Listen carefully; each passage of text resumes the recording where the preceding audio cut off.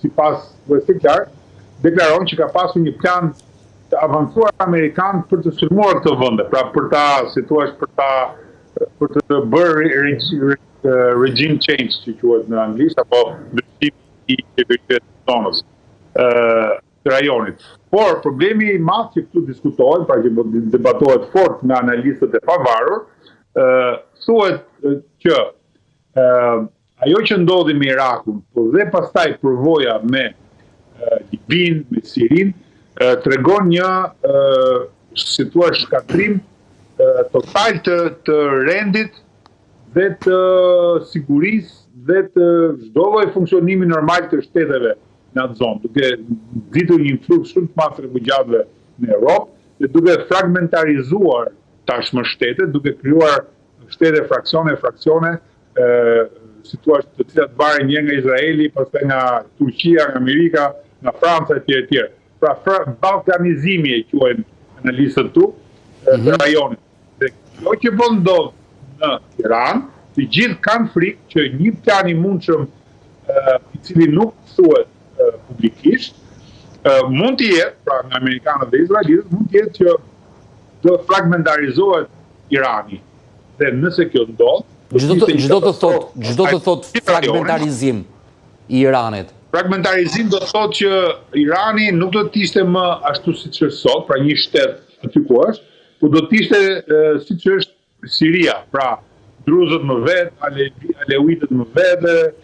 sunit më vete, shiajt më vete, pra do të ishte një entitet shumë i paqëndrueshëm dhe i papërballueshëm ndaj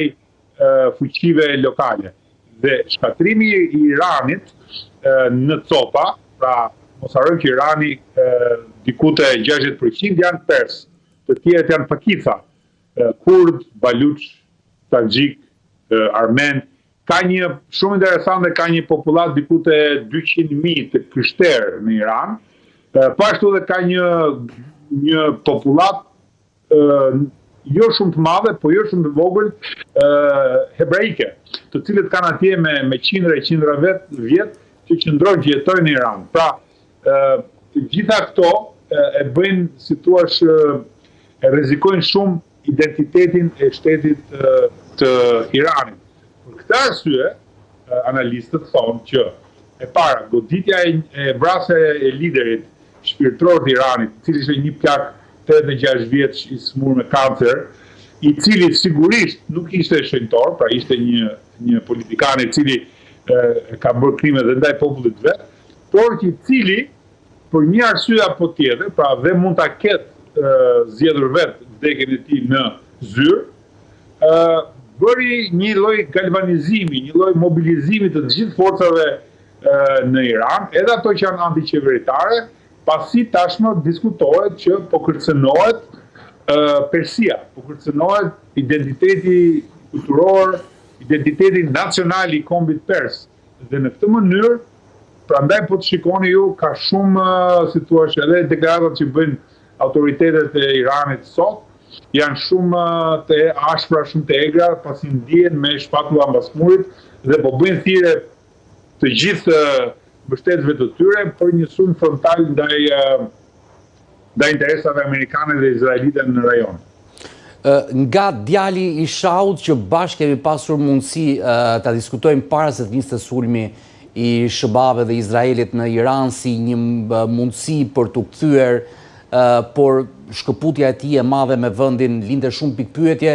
tek djali i Khameneit si pasues i liderit gati 40 vjeçar të Iranit. Si shikon dy djemt Auron? Shiko, sot në mëngjes ishte BBC-ja, kishte intervistën e disa iranianëve me origjinë të lindur rritur në Angli, po të cilët ishin kapur nga bombardimet në Iran dhe kishin mundur të dilnin nëpërmjet kufirit turk. Dhe ata po intervistoheshin mu në kufi nga gazetarët e BBC-s. Të gjithë thoshin, pra flisnin kundër qeverisë ajatollave, nuk mbështesnin interesant, nuk mbështesnin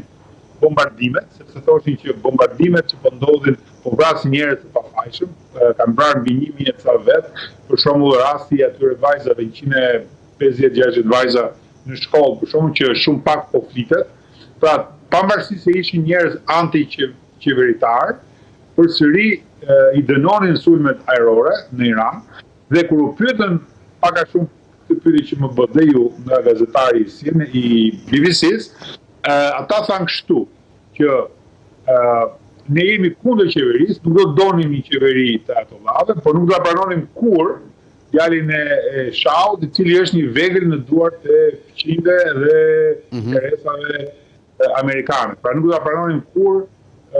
një vegël të tillë. Ndërsa për djalin e Khomeiniut nuk kam dëgjuar në gjë. Po pra, është shpejt që nga momenti i zgjedhjes. Pra, nuk kam dëgjuar diçka, pra nuk e ka komentuar askush deri më sot, sepse mendoj unë që ata që e njohin mirë Iranin e kuptojnë, dhe unë pikërisht po citoj njerëz të cilët janë marrë me Iranin për kohë gjatë, e kuptojnë që mënyra e funksionimit të shtetit të Iranit është i fragmentarizuar, pikërisht për të shmangur si thua rënien e shtetit apo regjimit nga humbje të tilla, pra nga vrasje të tilla, të cilat duhet thënë që Izraeli ka realizuar ndër vite me shumë sukses, por si duket Irani e ka kuptuar dhe ka fragmentarizuar apo ka kompartizuar si thua sistemin e vet drejtues për të mbrojtur pikërisht nga këto humbje dhe për të vazhduar pastaj drejtimin e luftës pa rrezikuar zgjedhjen komandues. Mendoj që mbas kësaj ndërhyrje që ne nuk e dim se kur do të përfundojë, mund të jetë ky plan i ndarjes në copa të Iranit, pra është ky momenti apo Shiko, dje kishte një ish analist i cili ka dhe një podcast të vetin tashmë, dhe ai fliste dhe analizonte në mënyrë shumë profesionale çfarë po ndodhte në si thua konceptin ushtarak. Dhe ai po tregonte se sa e vështirë kishte sot amerikanët të mbanin për një kohë të gjatë mbi një muaj, si thua mbrojtjen ajrore të ndaj këtyre se quhet këto të raketave dhe raketave balistike që lëshon Teherani. Po, kishin shumë, do ta kishte shumë vështirë, thoshte ai, mbas një muaji amerikanët. Pse? Dhe po e shpjegonte se si që nga 14-ta sa raketa Patriot kishin prodhuar amerikanët, çfarë sasie ishin dërguar në Ukrainë, për 4 vjet me radhë raketat Patriot ishin drejtuar drejt Ukrainës, pra dhe prodhimi ishte shumë minimal. Diku te kapaciteti ishte diku te 620 raketa Patriot në vit kishin prodhuar amerikanët, të cilat një pjesë e mirë ishte ju dhënë Ukrainës, dhe tashmë sistemi i mbrojtjes antiraketor që kanë amerikanët sot në terren e ka të pamundur të pengoj të fushatën e madhe që po bëjnë iranianët me dronë dhe me raketa, sepse nuk kanë mjaftueshëm sistem antiraketor. Dhe kjo do donte diku te 5 deri 6 muaj të rifurnizojë përsëri gjithë sistemi komandues i flotës amerikane për të penguar sulmin iranian, i cili duket se ka një sasi shumë të madhe si dronët që janë shumë të lirë, ata dje që ka furnizuar Rusin prekosh, por dhe raketat balistike, të cilat disa për tyre që ende nuk i kanë vënë në funksion, vinë nga Kina, pra janë furnizuar nga Kina. E qartë, po Donald Trump ditë më parë tha që ne kemi përqendruar arsenalin më të madh të flotës, armatimit, të trupave tona që mund vazhdojmë një luftë për një kohë të gjatë, apo jo? Shiko, këtu në Amerikë është si puna jonë në Shqipëri. Pra, ne të dy, për ulemi në kafe, duke qenë se njohim të gjitha aktorët e qeverisë shqiptare, e dim shumë mirë çfarë thuhet në publik dhe çfarë është e vërteta. Në një farë mënyrë, edhe këto podcastet këtu, të cilat janë të specializuar, të njerëz që njohin burimet në administratë, janë shumë të vërtetë dhe shumë të drejt për drejt, sepse njohin realitetin, pavarësisht reklamës që thuhet në televizor nga mediat në përgjithësi dhe ajo jahona që vjen pastaj në Shqipëri. Pra nëse Trump thotë që ne kemi raketa pafund, nëse dëgjon ekspert, pra po të po të citoj vetëm njërin, dje që ishte kolonel, ish kolonel, dalë pension, kishte shërbyer 32 vjet në zyrat operacionale të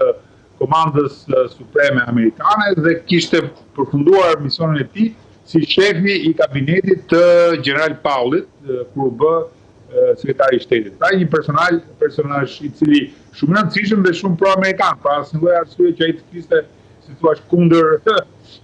administratës.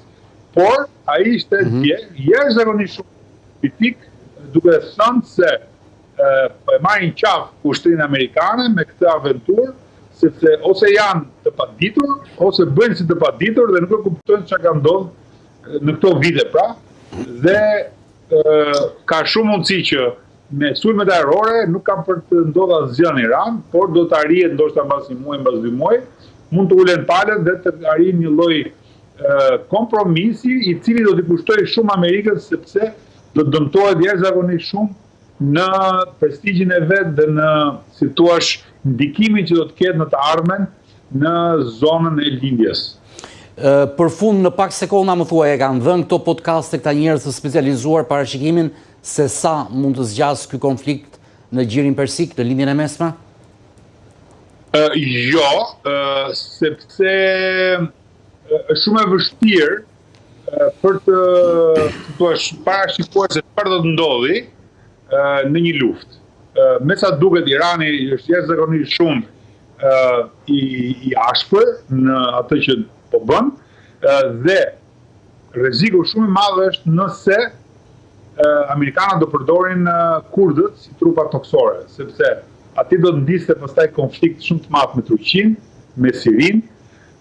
Azerbajxhanin, Armeninë, sepse në të gjitha këto vende ka pakicë të mëdha kurde të cilat kërkojnë të krijojnë shtetin e tyre. Dhe të gjitha për qark nuk do ta donin këtë gjë dhe të gjitha do të bashkëpunonin hap apo fshirë me Iranin pikërisht për të shpartalluar këmbësorinë kurde. Dhe kjo do ta komplikonte shumë më tepër të gjithë skenën që po ndodh në atë zonë, sepse do të fusë pastaj në luftë edhe shtete të tjera si Turqia, e cila është shumë e gatshme në për çdo lloj kërcënimi që mund të vi, siç thon burimet këtu, pra nga Izraeli. Duhet të thënë një gjë shumë interesante që unë në këto ekspertët, unë habita në fakt sa shumë ekspert ishte Shqipëria për çështjet e Iranit, po një gjë shumë interesante që thuhet këto 2-3 ditë që në Katar dhe në Arabinë Saudite janë arrestuar disa agjentë të Mossadit, të cilët kishin të qelluar apo përgatiseshin të qellonin rafineritë me pretendimin se këto dronë apo vinin nga Irani. Dhe e njëjta gjë ndodhi sot, nëse ke lexuar lajmet, që Irani po gënjeshtroi raketën ndaj Turqisë. Pra, që thotë ne nuk kemi absolutisht asnjë lloj lidhje me raketat që kanë shkuar drejt Turqisë. Pra, gjitha kjo tashmë fillon dhe komplikon fushën e lojës mjaft keq, duke krijuar pastaj komplikime të cilat shumë vështirë për të parashikuar nga ekspertët. E qartë. Të shikojmë se si do të jenë zhvillimet në vijim aurontare. Të falenderoj. Dhe unë falenderoj.